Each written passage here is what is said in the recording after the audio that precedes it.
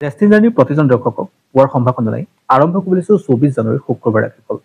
নমস্কাৰ, মই আচলতে অপূৰ্ব দত্ত। বন্ধুসকল, ৰাশিফলৰ মূল ভিডিঅ'লৈ যোৱাৰ আগত পঞ্চাং অনুসৰি আজিৰ দিনটো কিছু তথ্য আপোনালোকক জনাব বিচাৰিছো। আজি হ'ল 24 জানুৱাৰী 2025 শুক্ৰবাৰ। অসমীয়া লেখেৰে 1431 আজি মাঘ মাহৰ 10 দিন।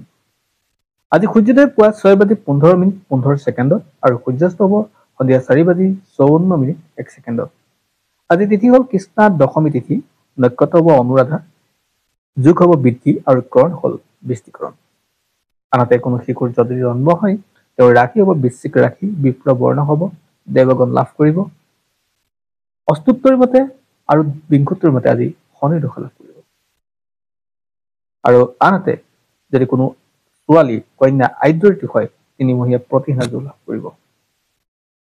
বন্ধুসকল, আপোনালোকে আমাৰ এই ভিডিঅ' ফেচবুকত প্ৰথমবাৰ কাৰণে চাইছে পেজটো ফ'ল' কৰিব আৰু ইউটিউবত যদি চাইছে তেনেহ'লে চেনেলটো ছাবস্ক্ৰাইব কৰি কাষত থকা বেল আইকনটো প্ৰেছ কৰিবলৈ নাপাহৰিব, যাতে অনাগত দিনত আমাৰ এষ্ট্ৰলজি ভিডিঅ'সমূহ আপুনি সহজে পায়।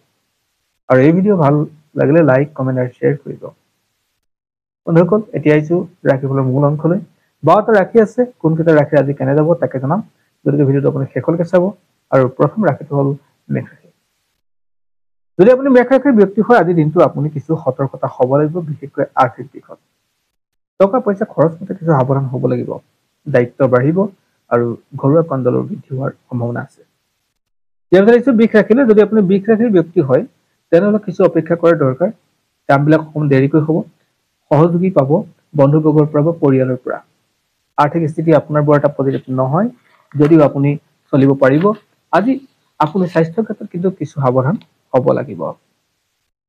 ইয়াৰ পিছত আহিছো মিথুন ৰাশিলৈ। যদি আপুনি মিথুন ৰাশিৰ ব্যক্তি হয় তেনেহ'লে আজি মনৰ হতাশাবোৰ দূৰ হ'ব। ঘৰত সহায় সম্পদ বৃদ্ধি পোৱাৰ যোগ থাকে, গতিকে মাটি বাৰী প্ৰপাৰ্টি কামবিলাক আপুনি কৰিব পাৰিব। আপোনাৰ উদ্দেশ্য আপোনাৰ সফল হোৱাৰ যোগ থাকে। ছাত্ৰ ছাত্ৰীসকলৰ কাৰণে আজিৰ দিনটো যথেষ্ট ভাল বুলি ক'ব পাৰি। ইয়াৰ পিছত আহিছো কৰ্কট ৰাশিলৈ। যদি আপুনি কৰ্কট ৰাশিৰ ব্যক্তি হয় তেনেহ'লে কিছু কষ্ট থাকিব আজিৰ দিনটোত। আপোনাৰ পৰিশ্ৰম বৃদ্ধি হ'ব, আন মানুহৰ পৰা আদৰ পাব, অৰ্থাৎ সমজুৱা বা আপোনাৰ ৰাজহুৱা ক্ষেত্ৰত আপুনি সমাদৰ লাভ কৰিব আৰু ঠিক তেনেকৈ আপুনি তেওঁলোকৰ পৰা স্বীকৃতি লাভ কৰিব। ব্যৱসায়িকভাৱে আপুনি কিছু লাভ হ'ব, যদিও পইচা পাতি খৰচ কৰোঁতে কিন্তু অলপ সাৱধান হ'ব লাগিব। ইয়াৰ পিছত আহিছো সিংহ ৰাশিলৈ। যদি আপুনি সিংহ ৰাশিৰ ব্যক্তি হয় তেনেহ'লে আপোনাৰ সাহসৰ জৰিয়তে আৰু আপোনাৰ ত্যাগৰ জৰিয়তে আপুনি নিজৰ উচ্চ পদবীত লাভ কৰিব পাৰিব, পদবী পাব। আজি আপুনি কৰি থকা কামটোৰ স্বীকৃতি পাব বা কৰি থকা কামত আপোনাৰ পদোন্নতিৰ যোগ থাকে আৰু আপোনাৰ ক্ষেত্ৰত লাভৱান যোগ সৃষ্টি হয়। আৰ্থিক দিশৰ পৰা আপোনাৰ পজিটিভ দেখা গৈছে। ছাত্ৰ ছাত্ৰীসকলৰ কাৰণে বিশেষ ভাল দিন আজি, আৰু আপোনাৰ ক্ষেত্ৰত স্বাস্থ্যৰ উন্নত দেখা গৈছে। ইয়াৰ পিছত আহিছো কন্যা ৰাশিলৈ। যদি আপুনি কন্যা ৰাশিৰ ব্যক্তি হয় আপোনাৰ আৰ্থিক স্থিতি ভাল হ'ব, নিজৰ প্ৰতিভাৰ বলত স্বীকৃতি পাব, আজি লাভ হ'ব, ব্যৱসায়িকভাৱে সফল হ'ব, পতি পত্নীৰ মাজত বা প্ৰেমিক প্ৰেমিকাৰ মাজত আন্তৰিকতা বৃদ্ধি পাব, তেওঁলোকৰ মতানৈক্যসমূহ দূৰ হ'ব, স্বাস্থ্যৰ উন্নত থাকিব। ইয়াৰ পিছত আহিছো তুলা ৰাশিলৈ। যদি আপুনি তুলা ৰাশিৰ ব্যক্তি হয় স্বাস্থ্যৰ ক্ষেত্ৰত কিছু সাৱধান হ'ব লাগিব। যিকোনো কাৰ্যত আপুনি কৰোঁতে আন মানুহৰ পৰামৰ্শ লৈ আগবাঢ়িলে ভাল হ'ব। মনত ভক্তিভাৱ ৰাখি কাম কৰিবলৈ যত্ন কৰিব। আপোনজনৰ পৰা আপুনি আজি প্ৰতাৰিত হোৱাৰো যোগ থাকে। আপুনি পৰিশ্ৰম আজি বেছি কৰিব লাগিব, গতিকে স্বাস্থ্যৰ ক্ষেত্ৰত আপুনি সাৱধান হ'ব। ইয়াৰ পিছত আহিছে বৃশ্চিক ৰাশিলৈ। যদি আপুনি বৃশ্চিক ৰাশিৰ ব্যক্তি হয় তেনেহ'লে যাত্ৰাপথ আপোনাৰ কাৰণে শুভ আৰু মংগলময় হ'ব। কৰ্মচাৰীসকলৰ কাৰণে আজি উত্তম দিন আৰু তেওঁলোকৰ ক্ষেত্ৰত লাভৱান হ'ব। ঘৰুৱা সম্পদ বৃদ্ধিৰ আপোনাৰ লাভ হ'ব বা বৃদ্ধি হ'ব, আৰু মাটি বাৰী প্ৰপাৰ্টি কামবিলাক হৈ উঠিব।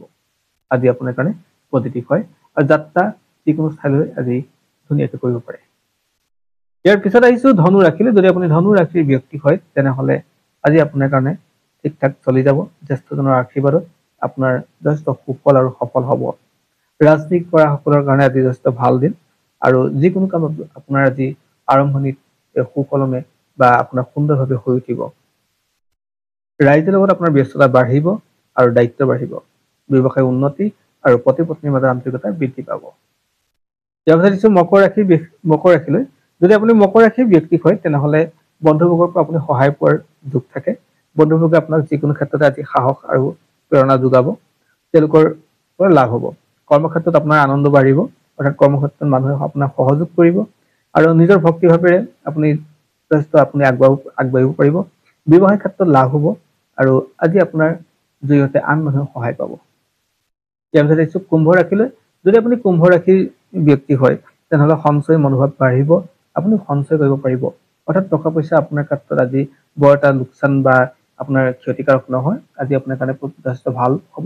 ভাবি থকা কামবিলাক আপোনাৰ সিদ্ধি হোৱাৰ যোগ থাকে, কৰ্মব্যস্ততা অৱশ্যে বাঢ়িব। ইয়াৰ পিছত আহিছো মীন ৰাশিলৈ। যদি আপুনি মীন ৰাশিৰ ব্যক্তি হয় মনৰ চঞ্চলতা অলপ কমালে ভাল হ'ব আৰু আপোনাৰ ঘৰুৱা কথাবিলাকত আপুনি অলপ সহযোগ কৰিব আৰু ককাই ভাইৰ প্ৰতি আন্তৰিকতা বৃদ্ধি কৰিব পাৰিলে আপোনাৰ উন্নতি দেখা গৈছে।